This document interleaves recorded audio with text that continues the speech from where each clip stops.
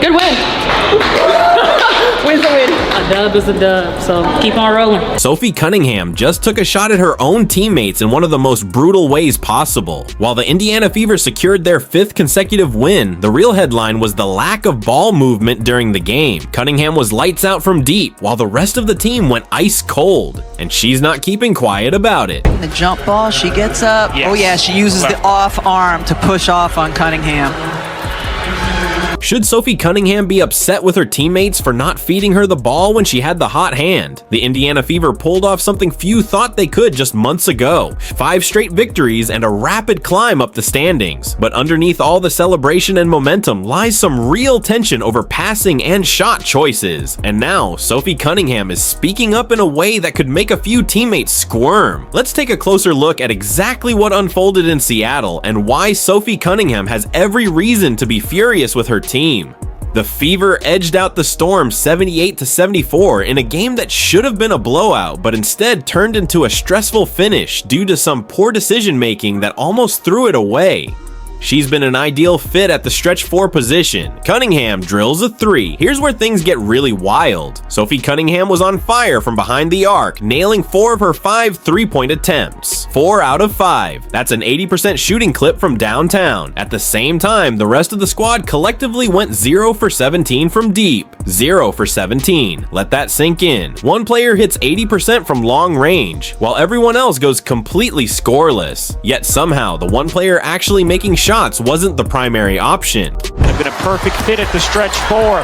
Cunningham connects on a 3. What really set things off, according to those watching closely, was that the Fever stopped giving Sophie the ball in the 3rd quarter. She's draining 3s at an 80% clip, and they just stop feeding her? That's not smart basketball. That's just plain clueless. When a shooter is that locked in, you ride that wave until the shots stop falling. That's basic basketball strategy. But the problem wasn't just the lack of passing, it's who was hoisting up all the missed shots instead. Kelsey Mitchell turned in one of the roughest shooting nights you'll ever see from a pro. She shot just 3 of 16 from the field and was 0 for 8 from 3-point territory. 0 for 8 in 29 minutes of playing time. Meanwhile, Sophie's sitting at 4 for 5 from beyond the arc, likely wondering why the rock isn't coming her way. Your point about the consistency. Yeah. There's been a lot of ups and downs in the WNBA this season. To take care of business in a winning streak like this, what does that sort of say about how this team's come together? Yeah, Seattle's a great team, a great team, and it's hard to play here. And so we knew that. We knew that they just came off kind of a bad loss against LA. And so they were hungry for a win. But for us, it's not about other teams. It's about our standard. It's about stacking the days. And I think that where our mental's at as a team and as individuals, we're in a really good spot. And, it's not going to be easy moving forward. But I think today we stayed true to the scout. We trusted the offense. Kelsey has been having a hell of a season. She was a little bit off, but she facilitated for us offensively down the stretch. And it just shows that everyone has something to give, even if your scoring's not going to be there. But I don't know, I'm just proud of our team, and I'm proud that we stacked today. How do you watch Kelsey Mitchell go 0 for 8 from 3 and still leave her on the floor for nearly 30 minutes? How do you see Sophie Cunningham connecting on 80% of her 3s and not design every offensive set around her? Stephanie White nearly let this one slip away with some of the most questionable rotations and in-game decisions we've seen this season. What makes it even worse is this wasn't during garbage time. These were key moments in a close game where every play mattered. The Fever had a solid lead going into the 4th, but instead of slowing it down and executing smart possessions, players started jacking up low-quality 3s early in the shot clock. That's not how you win. That's how you throw away games. That's selfish, not strategic. You guys survived that, I think it was an 11-0 run by Seattle in the final 5 minutes. Just kind of how gutsy was that to pull that out? We were very gutsy, every win ain't gonna be pretty. So I'm happy that we kept our composure even though Seattle went on an 11-0 run. We've been through situations like that, but at the end of the day we just stayed together and we talked about it and we moved on to the next play.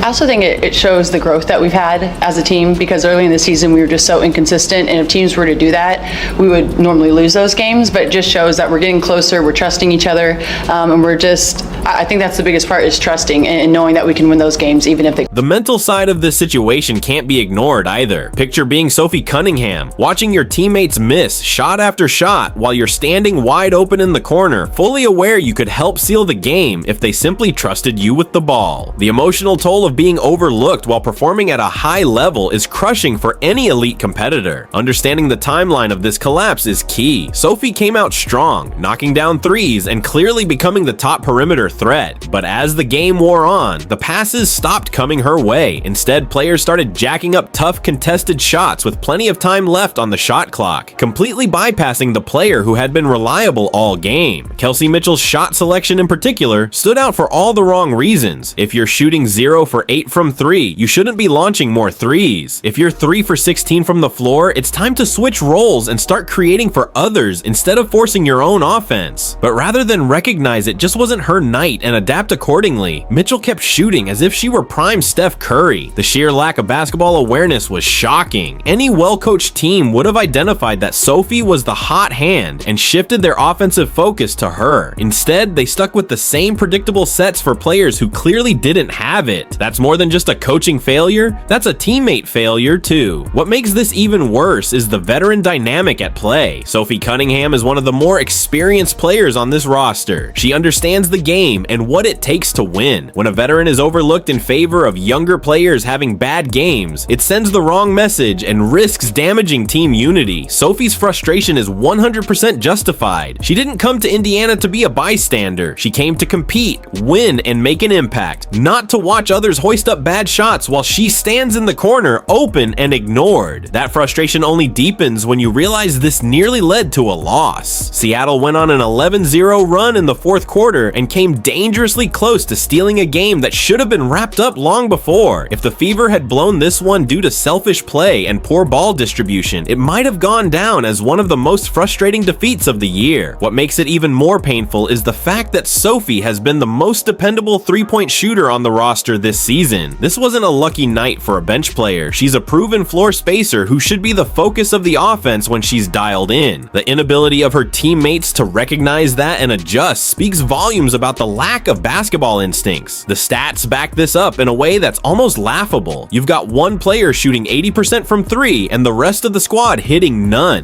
and yet she's the one not getting the ball. That kind of mismanagement shows glaring issues in decision making and offensive planning. The coaching staff isn't off the hook either. When there's that kind of disparity in performance, your substitution patterns should reflect it. Instead of adjusting the lineup to ride the hot hand, they let Mitchell continue taking shots and hope for a turnaround that never came. If this isn't addressed soon, the team chemistry could take a serious hit. Sophie Cunningham isn't one to stay quiet when bad basketball is being played. She's intense, vocal, and committed to doing what it takes to win. And if others on the team aren't matching that energy, she's going to speak up. This situation also reveals a much larger issue within the Fever's offense. There's no clear structure when it comes to who gets the ball and when.